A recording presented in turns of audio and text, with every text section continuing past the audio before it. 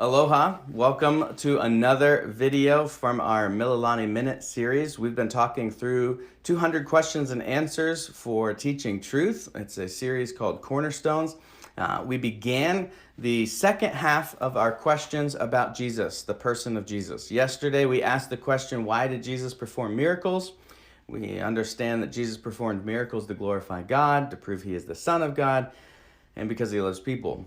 And then we also asked the question, what three offices does Jesus fulfill? We're going to answer that question fully today as we go through those three offices. But the answer yesterday was Jesus is the perfect fulfillment of the offices of prophet, priest, and king. So let's jump straight into our question for today. The first question we're going to look at is, how does Jesus perfectly fulfill the office of prophet? Again, how does Jesus perfectly fulfill the office of prophet? And here's the answer. Jesus perfectly revealed the Father to us and was the fulfillment of what all the other prophets spoke. So we need to understand what a prophet does. You see, a prophet doesn't just tell the future. A prophet speaks on behalf of God.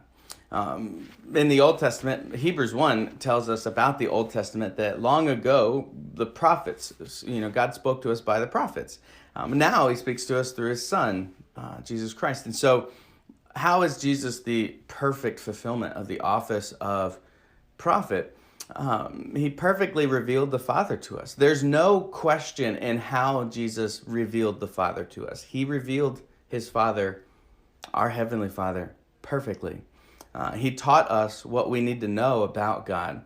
Jesus came and gave us revelation that we didn't have prior to Jesus. He went beyond what some of the prophets had told. For instance, Moses wrote, I tell you, it is wrong to commit adultery. Jesus said, well, it's written that it's wrong to commit adultery, but I'll take that a step further. If you've looked upon a woman with lust, and even in your heart, you've already committed adultery. You've heard it said it's wrong to commit murder. Well, I'll take that even further and say, if you hate your brother, you've already committed murder in your heart. And so Jesus went beyond what some of the prophets and what some of the Old Testament writers had said regarding the law. So Jesus is the perfect fulfillment of the office of prophet. He perfectly revealed not just the Father, but the Father's will. His ultimate will, maybe not his personal will for your life. You're not going to turn to a specific page and see his specific will for today's actions and decisions you need to make. You're not going to turn to a page of the Bible and say, should I eat cornflakes or just have a Pop-Tart? What would God want me to do? You're not going to be able to do that. But what you will find is Jesus' words telling us to glorify our Father. What you will find is those who follow Jesus, who were given apostolic authority to write, and then were inspired by him to write, telling you how you can glorify God in your daily life. And so Jesus perfectly revealed the Father to us. He was the fulfillment of what all the other prophets spoke. So the prophets shared that there would be a Messiah. Jesus is the perfect fulfillment in being that Messiah. The second question for today is, how does Jesus perfectly fulfill the office of priest? How does Jesus perfectly fulfill the office of priest? Here's the answer. Jesus was the perfect sacrifice made for us and continues to intercede for us. Let me back that one up. Jesus is the perfect sacrifice made for us and continues to intercede to the Father on our behalf as our great high priest. Okay? I know I kind of made that a little confusing. Let me backtrack and say that one more time. How does Jesus perfectly fulfill the office of priest?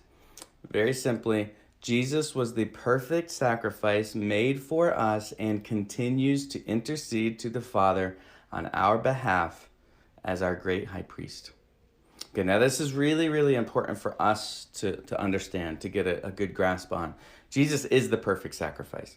That is the reason we do not still continue to make sacrifices every time we make a mistake or sin. Jesus is the perfect fulfillment of the sacrificial system. He is what the sacrificial system intended to do, but was never able to do. And that is make complete and total atonement for sin. And so he is the perfect sacrifice. But not just that. You see, a priest would offer sacrifices for the people, but also intercede to God, to the Father, on the people's behalf. Jesus does that.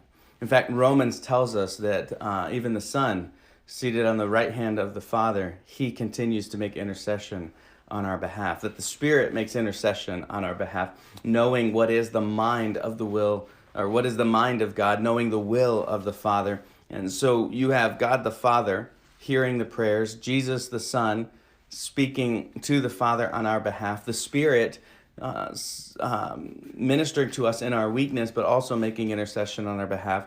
So you have Jesus being the perfect fulfillment of a priest, in that he is the one who offered the ultimate, the perfect, the complete and total sacrifice, but he also makes intercession to the Father.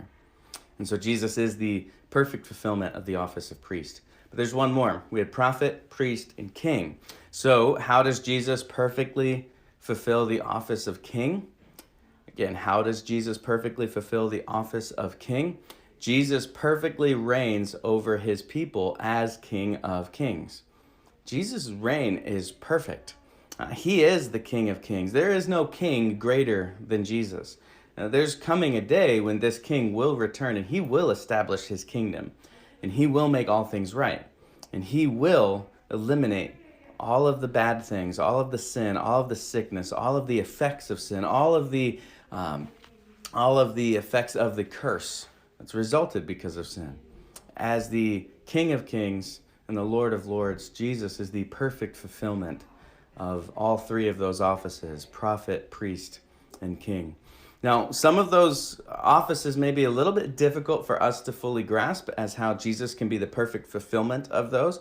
I would encourage you to pick up, again, the parent guide. You can buy it on Amazon. Again, it's Cornerstones, 200 questions and answers to teach truth. It's written by Brian Dembowczyk.